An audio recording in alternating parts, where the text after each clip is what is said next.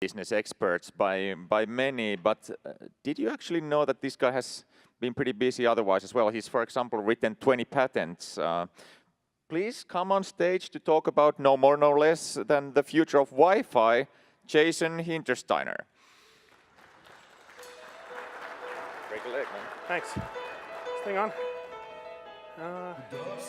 Where's the clicker? Is this thing working?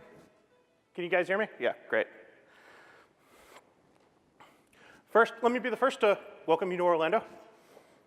Don't worry, Mickey's ears are very well spaced for 2.4 diversity. This is a little bit about me. I know many of you in the room. I'm a field engineer at Ingenious Technologies.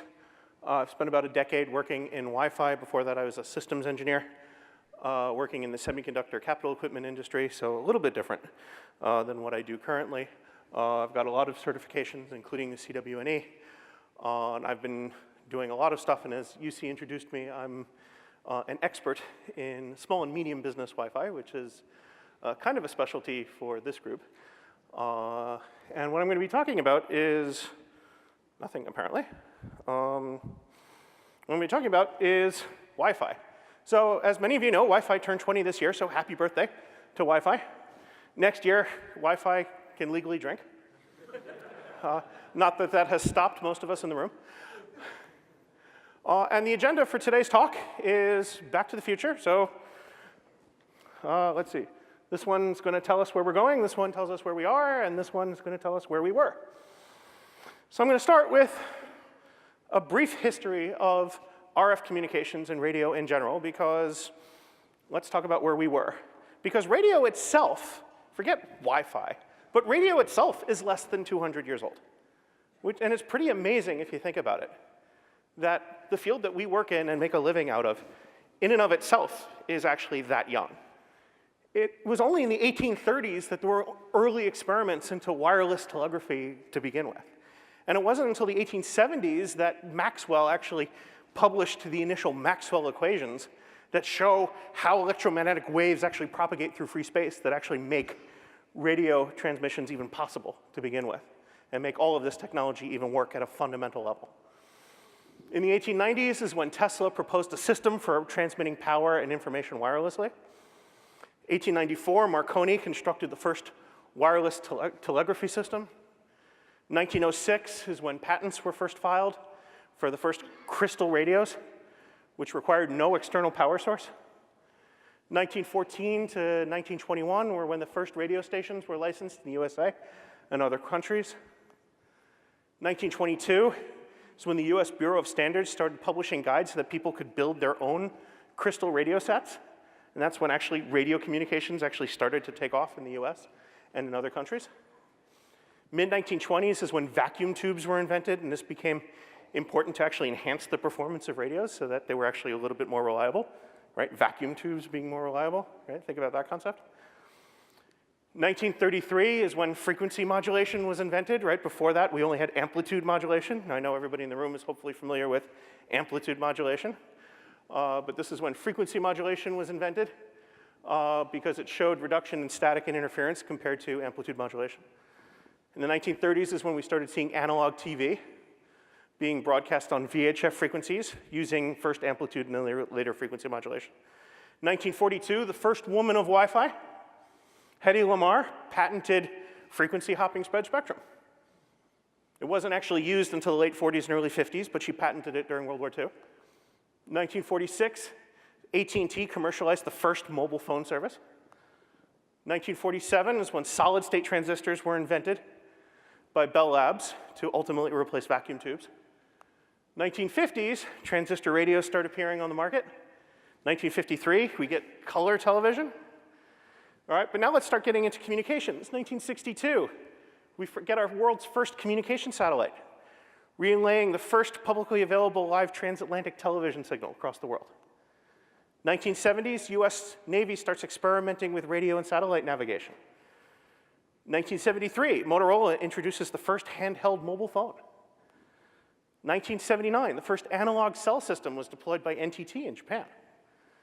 Also in 1979, the first satellite phone system was introduced. And then in 1987, we had GPS. So GPS is only, what, 30 years old. So now let's talk about Wi-Fi and the history of Wi-Fi. Wi-Fi is actually a little bit older than 20 because it actually really started in the early 70s when the Hawaiian Islands were actually were connected with something called AlohaNet, which was a wireless version of Ethernet and Wi-Fi, really, really early version of Ethernet and Wi-Fi, pre-802.3 and 802.11 by many, many years. In 1985, the FCC opened up the ISM bands, which were your 900 megahertz band and your 2.4 band and your 5.8 gigahertz band to unlicensed use. 1988 is when you started seeing WaveLAN for wireless cash registers. And then finally, in 1997, is when we said, you know what, hey, it would be nice if we could have manufacturers that could develop products that could actually talk to each other. Because prior to 1997, right, if you wanted a wireless communication system, you needed to buy all of your equipment from one vendor. Right? You had to, if you wanted to have things that were not quite called access points and client devices in those days, but if you wanted a system, right, say for wireless cash registers, you needed your access points and your client devices to all be bought from one vendor. And one vendor couldn't talk to another vendor. And it was like, hey, why don't we have a standard where client devices can be made by one vendor and access points can be made by another vendor, and they can all talk to each other using a common language? And that was 802.11. And thus, Wi-Fi was born. And by the way, it was slow. It was on 2.4 gigahertz. It actually was on 2.4 gigahertz with frequency hopping spectrum, 2.4 gigahertz with diverse wideband spectrum, and then it was on infrared, right? But okay, it's 2.4 gigahertz. It was best effort, and it had really low data rates, but we had a common protocol across vendors. That's how we started in Wi-Fi 20 years ago. And look how far we've come in 20 years. Right? Everybody is familiar with charts that look like this, showing where we started with 802.11. Right? The original clause, I know the clauses are all wrong now. These are the original clauses that Devin made us all learn for those of us who went through the older CWNA program. Right, 1999, 802.11a and 802.11b, 802.11g in 2003, 802.11n in 2009, 802.11ac in 2014, and then 2016. Right, from 2 gigabits to 6.9 gigabits. Really impressive, right? Look how far we've come. We've gone from 2 megabits per second to 7 gigabits per second. How have we been able to expand by actually 3,500 times in the spec in 20 years? That's pretty impressive. How have we been able to do it? Considering we can't break the laws of physics. Very high level.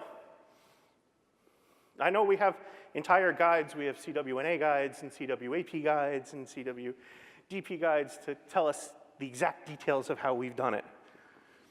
But at a very high level, do you know how we've done it? Very high, 50,000-foot level, how we've done it? Math. Math is how we do it. We use math to cheat physics. Because sufficiently complicated algorithms running on sufficiently capable computers, we can bend the laws of physics. And that's what we do as engineers. We use new techniques to squeeze additional bandwidth. We come up with crazy things like MIMO. We use big, fat channels. Right? We use more sophisticated modulation encoding techniques. Glenn, in the last session, just showed you 1024 QAM, right? Where, what was it on there, Glenn? It was like negative 41. I don't know, you have to be, what, 3 feet away from the access point in order to get 1024 QAM? What's the problem, though, when we use math to cheat physics? In every generation, we increase the complexity, right? We're adding all this math. We're adding all this complexity. But when we add all this complexity, we increase the sensitivity and fragility of our networks, and things like Wi-Fi design become increasingly more important. That's why programs like ours and why people becoming CWNEs becomes increasingly more important, and why certification programs like ours become increasingly more valuable. Because design becomes increasingly more important because things get just that much more complicated. The reality is, 20 years ago, you could take an access point, you could go in, you could pretty much randomly set all of those nerd knob settings in an AP, and you could hook it up, and the thing would still work. right? Try doing that today, right? Absolutely won't happen. Many of you have probably seen curves like this. This is known as the technology S-curve. It's usually shown as performance over time, but you can also explain it as effort over gain, which means in the beginning, right, you have a lot of effort for a relatively low amount of gain, right? And it takes a lot of time to get a relatively slow amount of performance, right? But eventually you kind of hit your stride in technology, and then you can really make a lot of advances. But eventually, as the technology matures, you wind up getting to a plateau where you really can't advance the technology very further. Which means over time, it takes larger and larger efforts to make smaller and smaller gains. And I would make the argument that this is kind of where we are right now in the world of Wi-Fi, where we're making lots and lots and lots of effort to make smaller and smaller and smaller gains. So let's talk about some trends in our industry, and you'll see what I mean. At the end of 2013, there were more mobile devices than people on the planet Earth.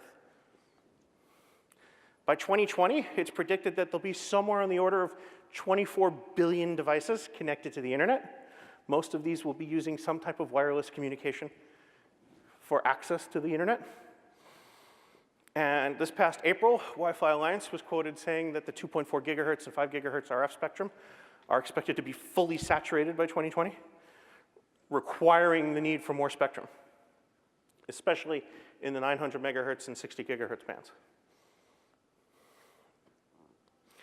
We're an industry obsessed with speed, so let's look at where we've been going in the last 20 years, right? We've increased speed in our spec by 3,500 times in the last 20 years.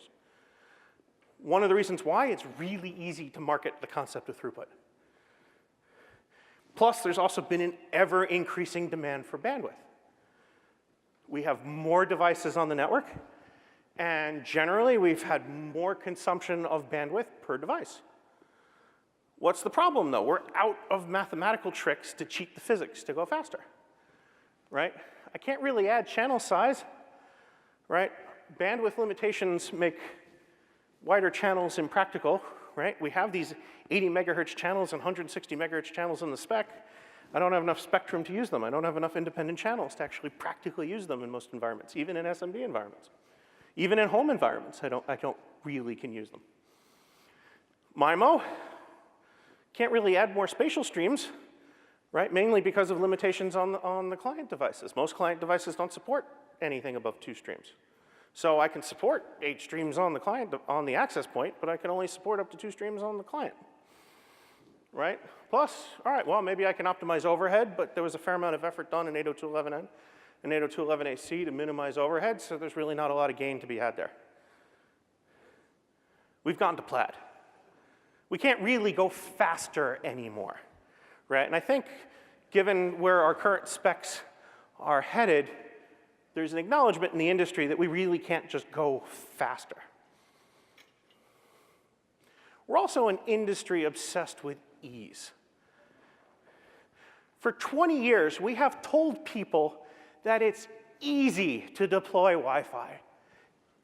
Go to Best Buy, go to Amazon, go to Fry's, go to wherever, buy the box, take it home, plug it in, and you got Wi-Fi. And you know what? Put the APs wherever you want, and connect whatever client devices you want to it, and boom, you're done. It's easy. How simple could it be to not run wires? And unfortunately, this perception has carried over into both the SMB and into the enterprise market.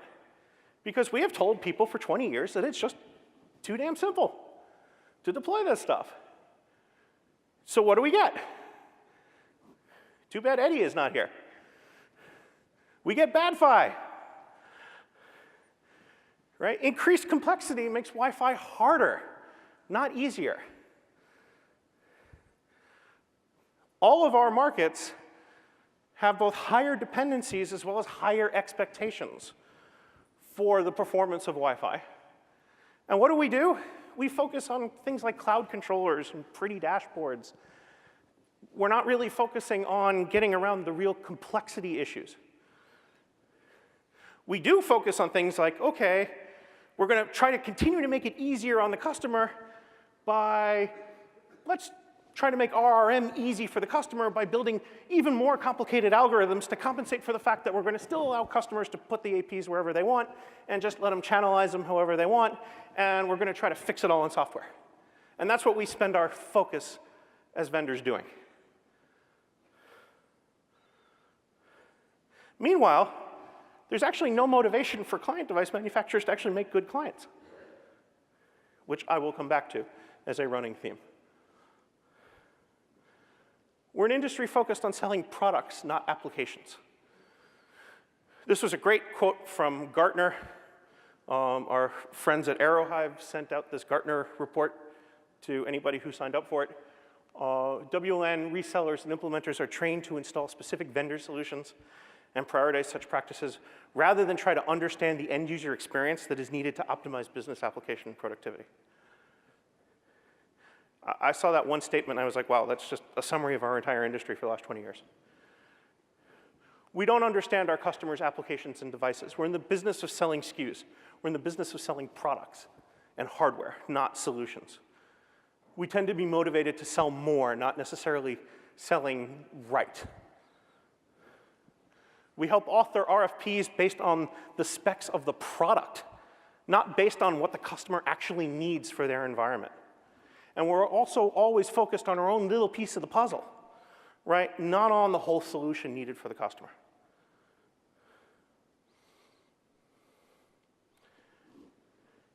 When you have a hammer, now I went through school actually as a mechanical engineer. Most people don't know that. I was a systems engineer by kind of discipline, but my degrees are in mechanical engineering. And there's the old saying that when all you have is a hammer, everything looks like a nail. And that could be true for this, and this, and in our industry, also this. So the trend right now is, okay, well, if we can't go faster, let's see if we can talk in parallel, right? Because, I mean, let's be honest, right? Most of those 24 billion devices I talked about don't really need to talk faster, right? Most of those things that we were talking about are in the so-called Internet of Things, which I'll talk about more in a minute, right? And it's all of these smart appliances and thermostats and sensors and so forth. And frankly, a lot of those things really don't require a lot of bandwidth. And even for things like real-time streaming video, like there isn't really a practical human limit of how much real-time data we as human beings can consume, right? I mean, how much video can you really, how much 8K video can you really watch on a 4.7-inch screen? I don't know, I should ask the guys in Apple, like, because maybe they actually know the answer to that. I'm getting older, so maybe I should ask the teenagers that question, but really, there's a limit in terms of how much bandwidth I can actually consume on a device like that. So we said, okay, you know what? We're going to stop focusing on speed, and we're going to focus on this thing called airtime capacity. I'm going to maximize airtime capacity, right? So I could push more devices onto the air at once. You know what the problem is? Airtime capacity isn't sexy. It's boring. All right? I went to MIT, and even my eyes glaze over when you start talking to me about airtime capacity. Part of the problem is it's not faster, and it's not easier. And it's too complex a concept to sell to the average consumer, even in the enterprise space. It upends 20 years of conventional wisdom on sales wisdom. We've been selling this stuff on why should you upgrade from B to G to N to AC. It goes faster. You can stuff more data. Well, you know what? This doesn't go any faster. It just doesn't. This is going to be a hard pill to swallow because for 20 years we've been selling it on it goes faster. Well, no, it doesn't. And, oh yeah, it's nice and easy. Well, you know what? This isn't. It's not easy. Now, 2 weeks ago, I posted a tweet saying, like, I was worried about keeping to my 40 minutes. I see I'm about half done with my 40 minutes. And yet, I had managed to actually condense my entire talk into 140 characters on Twitter, which basically comes down to the following. Client devices are sold on individual performance. Almost all of the IoT devices that you see coming out today still are 2.4 gigahertz only. I'm sorry, Devin, 2.4 gigahertz is still very much alive, as much as we would like it not to be. Why are they all on 2.4? Their official excuse is they want to maximize compatibility. They want to maximize ease of use. It's also cheap. Even for the IoT devices that are not cheap when you go buy them, the devices themselves are cheap. The hardware is cheap. And the IoT manufacturers, and I deal with a lot of these devices in the applications that I work with, and these vendors, they're all focused on the front-end function, right? If they're cameras or if they're sensors or heart monitors or what have you, they're all focused on whatever function, IoT function they're supposed to do. The backhaul to them is, oh, we're just going to add in this little chip and it's just going to do Wi-Fi, and that's it. It's just going to send data, right? And they have no idea about networking, and they have no idea about Wi-Fi and how it integrates in the network. They have no clue, and they have nobody on their team that has a clue.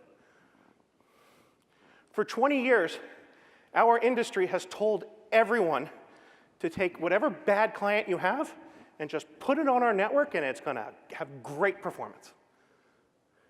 That's what we have told people for 20 years. And you know what? We told people that too well. How many times have you worked on a network where they blame the Wi-Fi for a problem and it turned out to be a client device? Raise your hands. All right? All right, raise your hands if you've never run into that problem. All right? Nobody in the room is raising their hands, right? The Wi-Fi network's always to blame, isn't it? Right? Doesn't matter how lousy the client is, the Wi-Fi network is always to blame. That's our lot in life. Because for 20 years, we've told them, yeah, take your lousy client, put it on our network, it'll work great. And you know what? The clients are still lousy, and they're still continuing to be lousy. And what are we doing in response? We're making our networks more complicated. So let's talk about the Internet of Things. Client devices of the present and of the future. So what is it? It's very overhyped vaporware. Yeah, all right, that's true, but let's throw that away. But what is it really? It's sensors and actuators, right? These are usually battery-powered, or they're devices that plug in. They're house-powered. They use wireless backhaul, but they're invariably really, really sucky 2.4 gigahertz only Wi-Fi. There are some new devices recently that I've seen that have just started coming out dual band, like literally within like the last month or two. But almost invariably, they're 2.4 only. Critical requirements for them: they got to be easy to install and easy to use by the end user. Not by us, but by the end user. They got to be low power. They got to be fairly inexpensive. They got to be low bandwidth. What verticals are you likely to see it in? Consumer, so home security, baby monitoring, home entertainment, lighting control, smart appliances, smart metering. Seeing a lot of this stuff in elder care, like nursing care and assisted living and so forth. So home health care and medical devices, and asset tracking. There are some other applications. Much of the space still consists of solutions looking for problems, as opposed to problems looking for solutions.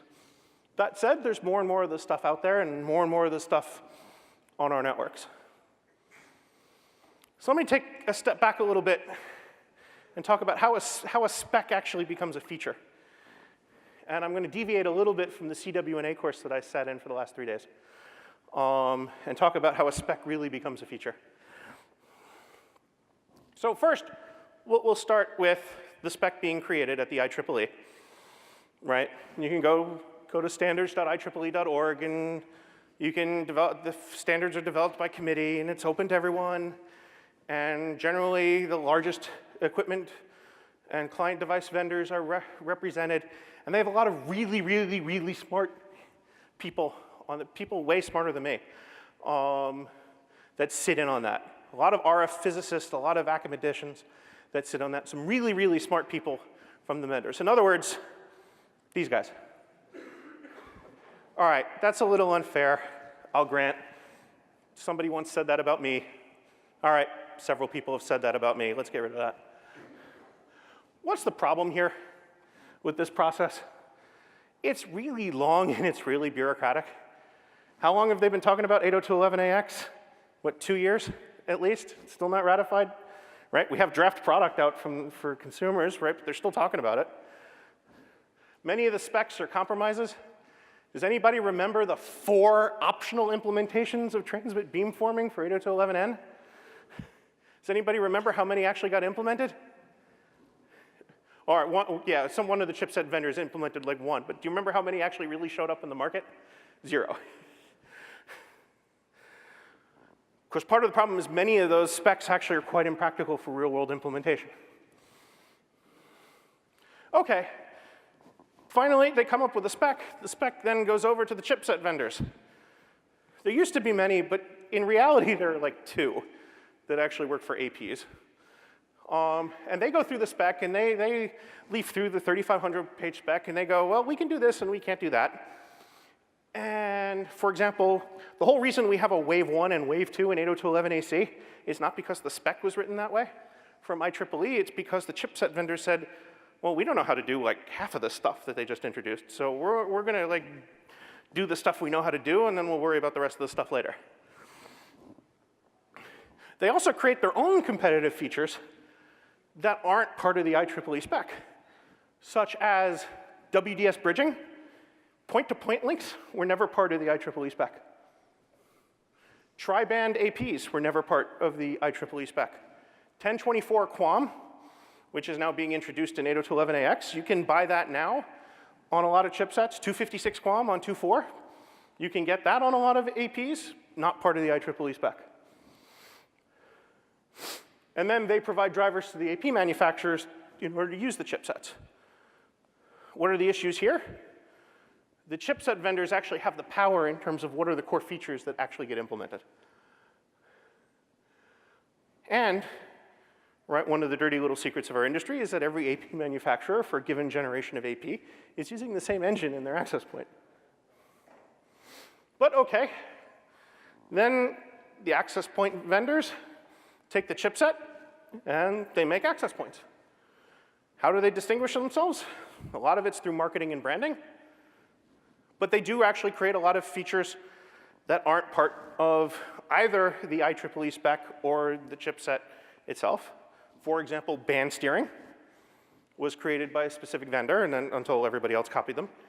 Radio resource management. They also compete on higher level software, such as controller management, ease of use, some vertical specific features like edge routing and edge firewall capabilities and so forth. So there are definitely many differences between the different AP vendors, and different vendors definitely specialize in specific verticals. However, they're still using the same core engine, and this is where they differentiate themselves.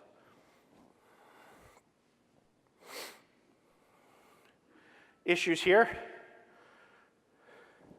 On the enterprise level, the competition is focused on making the APs very feature-rich, which kind of locks them out of the SMB market, which is where I play. In the SMB market, we actually have the opposite problem. The APs are actually being commoditized, and the pricing on them is on a race to the bottom. And there's a big, large battleground right now in the M portion of SMB, because they don't need a lot of the features on the enterprise level, and they don't want to pay the premium price for them. So let's talk about some hot topics in the Wi-Fi world in terms of where we're going. Spectrum sharing. LA, LTE, this has been a hot topic for a while because the carriers are coming for our spectrum. I know there have been several webinars. Ekahau has hosted a few. And other people have hosted a few about, I stole this from one of the Ekahau webinars recently, and you stole this chart from Google. So I mean, there's been a lot of discussion on this topic. But the cellular carriers are developing several technologies to basically offload a lot of their data carrying onto the 5 gigahertz band. And several of these technologies interfere with Wi-Fi in more or less ways. And this is going to be a problem for us that we're going to have to deal with. DFS, right? 5 gigahertz, we love 5 gigahertz because we got all of these extra channels on 5 gigahertz. Or do we? At least in the US, right? All of these Uni 2 and Uni 2 extended, right? These have historically been used by US military radar and weather radar systems. we have these operational requirements that we've got to be able to detect radar signatures, and if we detect it, we got to vacate the channels. And a lot of client devices avoid these channels, sticking to only Uni 1 and Uni 3, especially in the consumer space. But even a lot of devices that show up in the enterprise often do not work on all of these channels or do not work on some of these channels. Mike Albano's site is a great online reference for finding out if your client works on some or all of these channels. But it creates a lot of practical problems. Because when your clients are avoiding DFS channels, that only gives you two options, right? The first is, well, I don't use them in my channel plan, right? Well, if I don't use them in my channel plan, then they're really not there. And so even though the spec says they're there, I really can't use them, and then I'm limited to Uni 1 and Uni 3. The other is, okay, I accept the fact that I have effective coverage holes in my network for those devices. So if my AP is on a DFS channel, but my client can't see it, then it's like the AP isn't there on 5 gigahertz, and the client's likely going to have to revert to 2.4. Clients can also only do passive scanning on the DFS bands, which can create roaming issues because it's going to take them a lot longer, even for clients that can use those channels, it's going to take them a lot longer to find an AP on those channels. Which means that DFS tends to only be practical for things like point-to-multipoint links in things like residential neighborhoods where your non-DFS channels are saturated. Now, what's the irony of this?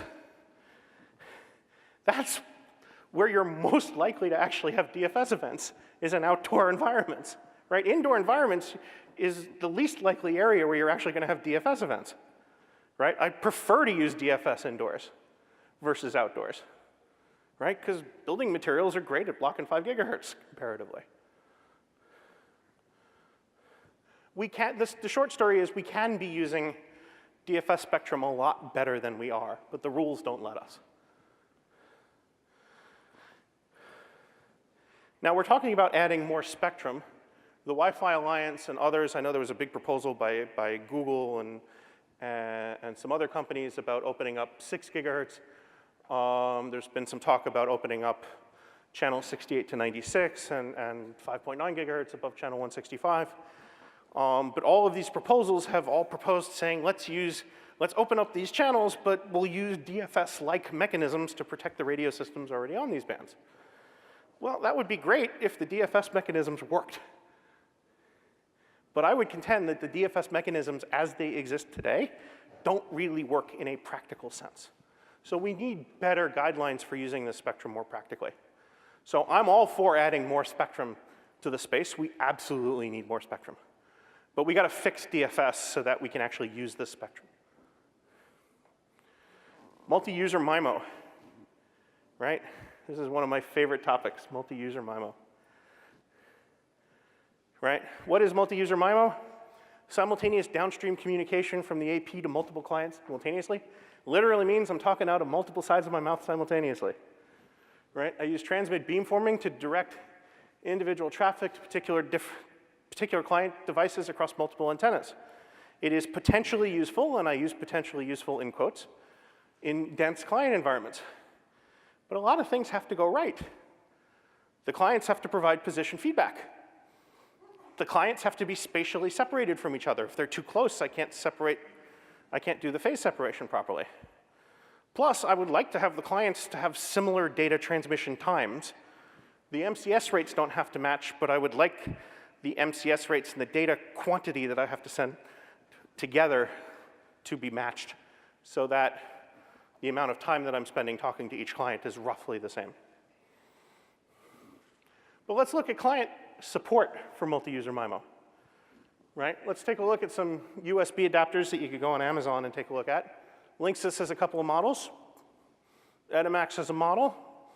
Asus has a model. Okay, so there are a few devices out there that on the USB I could plug in a laptop to support multi-user MIMO. Hey, great. However, in a very crowded environment, I'm not using a laptop with a USB stick sticking out of it in a very high-density environment like a stadium. Right? That's not actually where I'm using multi-user MIMO. What am I using? Smartphones. right? If I'm in a stadium or if I'm in a convention hall with a bunch of, if I'm going from booth to booth in an expo or something, that's really where I want to use multi-user MIMO. So let's look at smartphones for multi-user MIMO, because that's really the use case. Samsung Galaxy Note 7 was the first phone to actually support multi-user MIMO. Yeah, this had a slight incendiary problem, so we'll throw that one away. Well, let's now go to the spec sheets. Here's the Galaxy Note 8, the successor to the Note 7 without the incendiary problem. Oh, look, OK. Multi-user MIMO, 1024 QAM. Cool, right? This guy supports it. Well, what about Apple? And I know we got a couple Apple guys in the room. Here's the iPhone 8. Oh, MIMO. Gee, that looks just like the iPhone 7 spec, which did not support multi-user MIMO. And one of the things we know about Apple is that when they support something, they love marketing it. And if there's any ambiguity about their specs, that means they don't support it. But it's just the iPhone 8. That's kind of the uninteresting one, because everybody knows what they're really interested in selling you is the $1,000 iPhone X. So let's look at that. Oh. Same chipset. Sorry, folks. Multi-user MIMO is dead.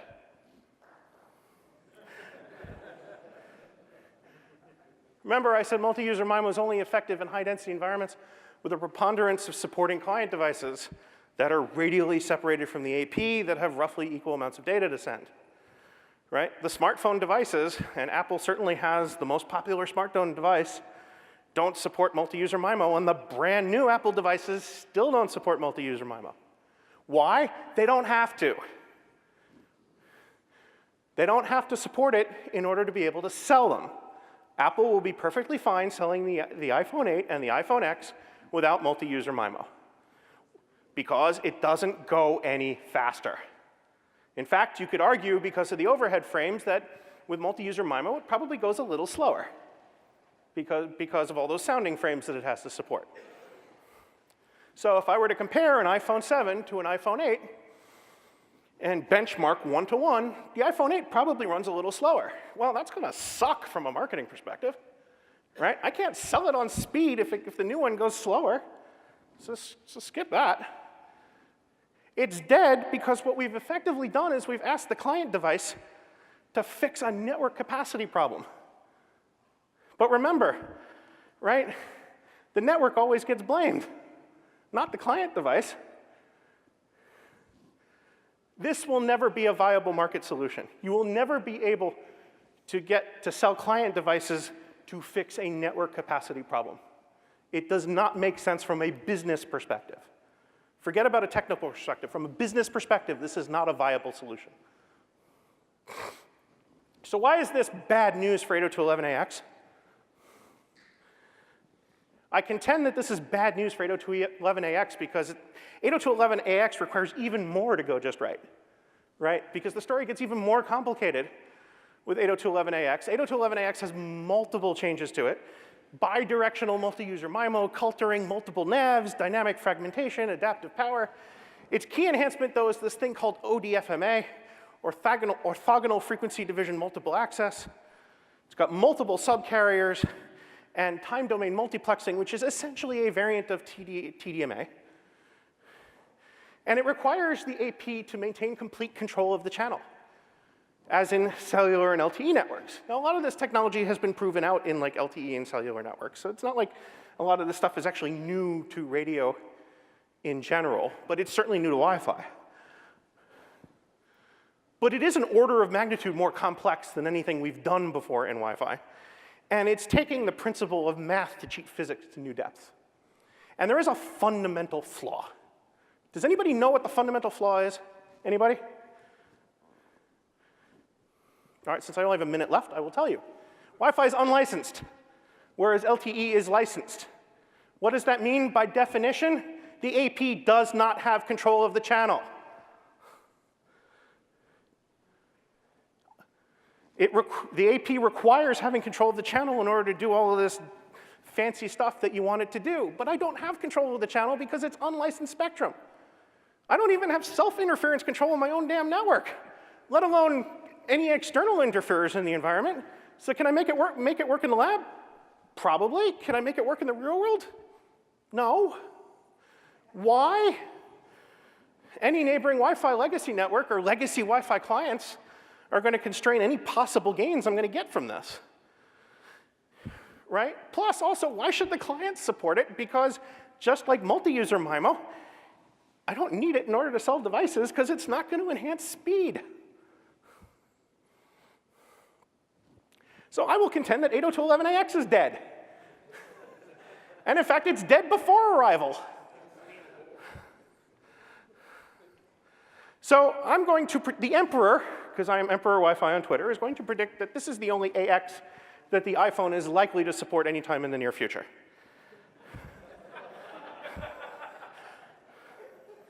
So what are the alternatives? I know I'm running a little bit over time, but what are the alternatives so that I don't leave you completely with the dark and stormy future?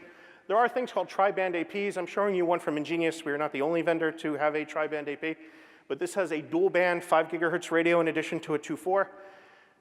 I've had arguments on Twitter as to whether or not tri-band is a good name for it. The answer is no, it's not, but that's the name that marketing has selected for it, both our marketing and other vendors. Just deal with it. I don't like the name either, but there it is. That's what everybody's marketing under. The shielding is done at the chipset level. Whether it's any good kind of remains to be seen. The main advantage over this over multi-user MIMO is that it does not require any additional client device support. 802.11a, 802.11n 5 gigahertz, 802.11ac wave 1, they can connect. I don't have to do any, it's backward compatible with anything that's 5 gigahertz. And it's high density because I can connect 3 devices to it bidirectionally all the time. Now, I do have to worry about things like client steering and making sure that, you know, that shielding is good, and I do have to worry about channel planning. I do have a blog on this if you guys are interested. So this is a design example. Some alternative Wi-Fi technologies that are coming down the pike, which you heard a little bit about this morning, WiGig or 802.11ad, 60 gigahertz. So where I think we're going with this is basically I think you're going to see applications start breaking out by frequency. And I think you're going to see some of these other spectrums start taking off. And you're going to see very high bandwidth, short distance applications start going on some very high frequency applications. And I think you're going to start seeing some of the lower bandwidth applications go on either the Wi-Fi, the white space stuff, or Halo 900 megahertz.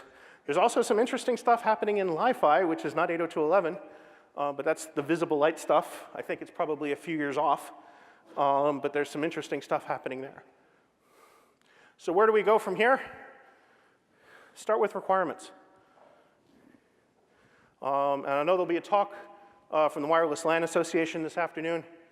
We're going to talk about, the books that we're coming out with, but it's going to be, what are the functional requirements? How is the network going to get used?